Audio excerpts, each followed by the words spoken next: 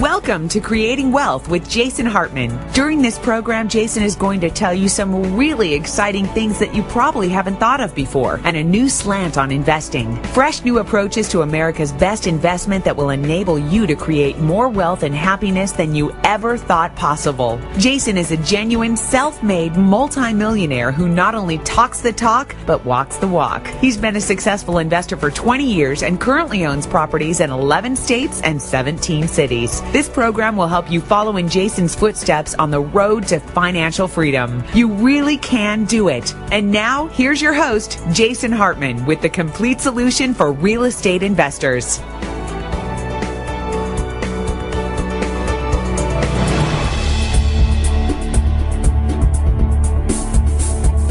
Welcome to the Creating Wealth Show. This is episode number 169. Today we'll talk with Yanik Silver, who is a huge guru in terms of internet marketing, especially affiliate marketing. What you want to think about, and when you're asking somebody, when you're interviewing someone around copy, if you're going to hire someone, is just get them to give you their philosophy of what is the job of copy. And if they don't say something around the point of the job of the copy is to sell someone or some sort of direct action, then there's an issue there. So you want to get people who realize that the writing is done in an ethical way to influence and persuade people to whatever type of action you want them to take. And so if they haven't studied psychology, if they haven't studied some of the great copywriters from the past that, who I studied, or were people that were back in the turn of the century who didn't have the benefit of a fax machine or email or web or whatever the case is, and had to persuade people and get them to get off the couch, go walk, 10 miles or drive 10 miles down to the nearest mail drop so that they would get whatever product that they were selling. So people like Claude Hopkins, John Caples, Maxwell Stackheim, those are some of the early greats. And so if they can't rattle off some people that they've studied who, if they're not a student of copywriting history or marketing history, that it's probably not a good fit. If they talk about something about image or branding or something like that, I would pretty much run away, especially as a small business owner. We don't have the deep pocket Coca-Cola or IBM to be able to do that kind of stuff. Right. I almost wonder if sort of that image advertising is sort of just dead. I mean, it seems like all of these big ad agencies of the past, and when you watch the TV show Mad Men, which I'm sure you've seen, it's just that whole world of advertising has just so massively changed, hasn't it? It's actually really exciting, and it's like one of those I told you so kind of moments that's going on right now, because the web has made it so much easier to track what happens if the client or the business owner is halfway astute. They can figure out, okay, we had 500 people hit our website, we had one person buy. Is that good or bad? Well, at that point it just is. But then we can be doing some different things on the site, testing headlines. I've seen many times, sometimes 500%, 750% change by just changing a headline. Some of my friends have done really odd little tests, like changing little order buttons and having massive results that way. So when you start doing that and tracking the response, and that's what the web lets you do, and that's what, when you kind of get a small education even in direct response marketing, it lets you track, and then it's pretty exciting to see, okay, there is a correlation between now what I wrote or what we put up on the web or the ad that we're running and how much money is coming into our bank account. Absolutely. It's a really exciting time. There's no question about it. Let me take a brief pause. We'll be back in just a minute. Now's your opportunity to get the Financial Freedom Report. The Financial Freedom Report provides financial self-defense in uncertain times, and it's your source for innovative, forward-thinking investment property strategies and advice. Get your newsletter subscription today. You get a digital download and even more. Go to jasonhartman.com to get yours today. Well, what else would you like people to know about that process, that sort of chronology or evolution that an internet marketer goes through? So they've set up their site, maybe they used WordPress, they hired someone to do it, or they did it themselves. There are a lot of do-it-yourself websites that are very easy to set up and very inexpensive. What's next sort of in their marketing? Should they be doing pay-per-click? I bet you're going to say no to that one. No, you know what? I would actually say yes to that. I think of that there's a handful, and there's hundreds of ways out there getting traffic, and I'm a big believer in the 80-20 rule, which is the Pareto principle of 80% of our results are created by 20% of our activities, and it's the same with any sort of process that you think about or look at. And so 80% of our traffic is created by 20% of the things that we can do out there. So I like to focus on the bigger stuff. And for me, a lot of times it starts with pay-per-click. I think it's a great way of testing something out. I'm a big believer in it doesn't have to be perfect. It's got to be good enough, and let's throw it out into the marketplace and then see what happens, get some feedback, and does this sell, does it not sell, what are people telling us afterwards? And so the best way to do that, in literally 15 minutes, I could be driving traffic to our site using something like Google AdWords or Yahoo Search, or Microsoft has their own version as well, and all those are worth buying some traffic, see what happens, even if you got to overpay a little bit. I'd rather pay now and figure out quicker than waiting 2 months or 3 months to get indexed by a search engine and figuring that out from then. So yeah, a lot of times my number one step is that pay-per-click. Then we might go to some PR where it's sending out articles to different article directories, maybe releasing a press release, doing some free stuff like that. And then a lot of the ways that I've built my business is using an affiliate network.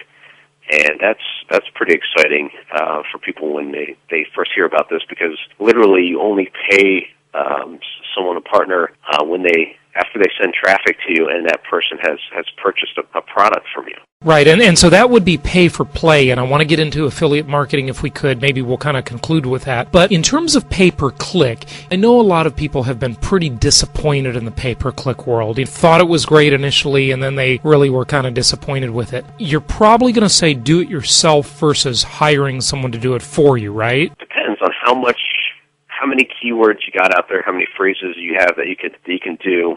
Where initially I think it's worth trying yourself, and then depending on how much, like I said, how many keywords you got out there, how much traffic is out there, then it might be worth hiring an agency to do it. The biggest thing, some of the big pitfalls that people fall into are they start bidding on way too generic of a keyword. There's almost no way to make the word golf work unless you got a major budget and you're selling something pretty expensive, or especially with the current news weird thing going on. Yeah. So if I have a golf info product, how to improve my putting or whatever, and I'm bidding on the word golf, I'm probably losing money there. Now, if I bid on the way to make pay-per-click work is start bidding on more and more specific keywords and phrases, so really specific. Putting on a fast green or something like that. And I probably shouldn't have used golf as an example, because I pretty much suck at golf, and I'm not in that marketplace, but I think you get the example. Sure, I do. In the affiliate marketing world, you've got a tremendous affiliate program going. How many members do you have? We have about 40-some thousand affiliates. So you got, listen to that, listeners. That's pretty incredible. You have 40,000 people out there to one degree of effort or another selling your products and services, right? Yeah, exactly. Now, fantastic. To be fair, only I talked about the 80-20 rule before. This is almost like a 98-2 rule, where 2% of our affiliates are driving about 98% of our sales. So what is an affiliate program, and how do you really administer it? It's really about software and then marketing, because you've got to set it up to make it work. You got to have the system, exactly, the infrastructure in place. So there's two ways, really. There's letting a third party run your affiliate program for you. So if we're going back to our example of selling information, a nice done-for-you solution is a company called ClickBank, which is ClickBank, and for, I think it's $50 still. I'm not sure. I haven't seen them in a little while, but for $50, you're all set up, and they will handle cutting affiliate checks out to your partners and handle taking credit cards and all the back office stuff. So they're a pretty good solution out there. Obviously, there's some downfalls to that, like you don't get to control, you don't get to own your affiliates and really market to them or communicate with them unless you do something so that you step in between and make your affiliates register to be a part of your program. So, but that's an easy solution, or a lot of times there's a bigger solution where it's something like Commission Junction, which a lot of companies like 1-800-Flowers might use, where they have thousands and thousands of affiliates, and so they'll run the whole thing for you, and that's more of a bigger company solution.